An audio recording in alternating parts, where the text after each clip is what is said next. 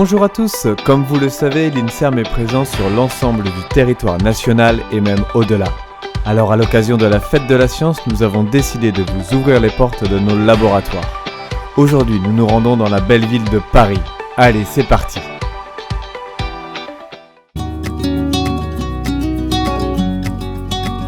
Bonjour et bienvenue au bâtiment recherche de l'hôpital Tenon de la PHP. Je m'appelle Juliette Hatchwell, je suis chercheur INSERM dans l'unité Les maladies rénales fréquentes et rares, des mécanismes moléculaires à la médecine personnalisée. Vous êtes là pour la visite? Eh bien suivez-moi, c'est par ici. Cette unité est composée de scientifiques, de médecins et d'ingénieurs. Elle appartient à la fois à l'INSERM et à Sorbonne Université. Nous nous intéressons aux maladies du rein, un organe très important puisque c'est lui qui va débarrasser notre corps des déchets qu'il produit chaque jour de par son activité. Nous avons chacun 2 reins et chaque rein est composé lui-même d'1 million d'unités qu'on appelle le néphron, que vous devinez ici en blanc. C'est d'ailleurs pour cela que les médecins spécialistes du rein sont appelés des néphrologues. Le néphron est constitué de 2 éléments, un glomérule et un tube. Le glomérule est l'endroit où le sang va être débarrassé de ses déchets par filtration. Cependant, le glomérule n'est pas un filtre très sélectif. Des éléments indispensables à notre organisme y sont également filtrés. Le tube va alors récupérer ces éléments pour les renvoyer dans l'organisme. Une partie de l'unité s'intéresse à une maladie qu'on appelle l'insuffisance rénale, qui peut être causée par une altération du glomérule ou du tube. Le problème majeur de cette maladie pour les patients et les médecins est qu'elle passe longtemps inaperçue, c'est-à-dire que les reins sont malades, mais pas la personne. Cette maladie provoque en effet une destruction progressive des néphrons les uns après les autres. Et il faut que plus de 50% des néphrons soient détruits pour que la personne commence à présenter des symptômes tels qu'une fatigue, une perte d'appétit ou des maux de tête. Dans ce contexte, les objectifs de notre unité sont les suivants. D'abord, trouver des moyens qui nous permettent de détecter plus tôt les reins malades, de façon à être capable de soigner plus rapidement les patients, et surtout trouver aussi des moyens de réparer le rein. Et ça, c'est vraiment pas facile. En effet, les glomérules et les tubes sont constitués de plusieurs types de cellules très spécialisées qu'il faut en plus ranger dans un ordre très précis.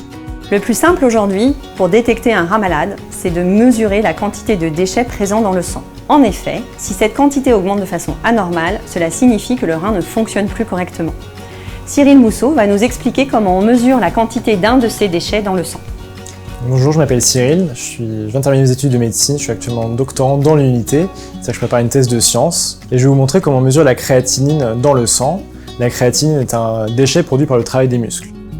La quantité de créatinine dans le sang est mesurée grâce à un dosage colorimétrique. Vous allez voir, c'est très simple. Je vais mélanger cette solution jaune avec des échantillons de sang.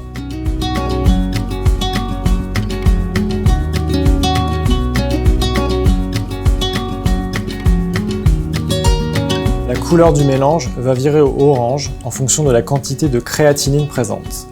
Plus il y a de créatinine, et plus la solution devient foncée. Mais juste regarder la teinte de la solution ne permet pas de déterminer précisément la quantité de créatinine présente. J'utilise donc cette machine qu'on appelle spectrophotomètre, qui est capable d'attribuer une valeur en fonction de la couleur de la solution. J'insère ma plaque avec mes échantillons dans la machine.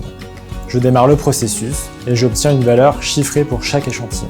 Grâce à cela, je connais exactement la quantité de créatinine dans chaque échantillon. Comme je vous le disais tout à l'heure, les glomérules et les tubes sont constitués de plusieurs cellules très spécialisées. Mais si on regarde une tranche de rein très fine au microscope, eh bien on n'arrivera pas à distinguer ces cellules les unes des autres. Donc afin de les reconnaître plus facilement, on va coller sur chacun de ces types de cellules des marqueurs fluorescents qui sont spécifiques d'un type uniquement. Donc allons à la rencontre de Perrine qui va vous expliquer comment fonctionne un microscope à fluorescence. Bonjour, je suis Perrine Frère, ingénieure en microscopie à Sorbonne Université. Donc un microscope à fluorescence, c'est un microscope optique permettant d'observer des échantillons fluorescents.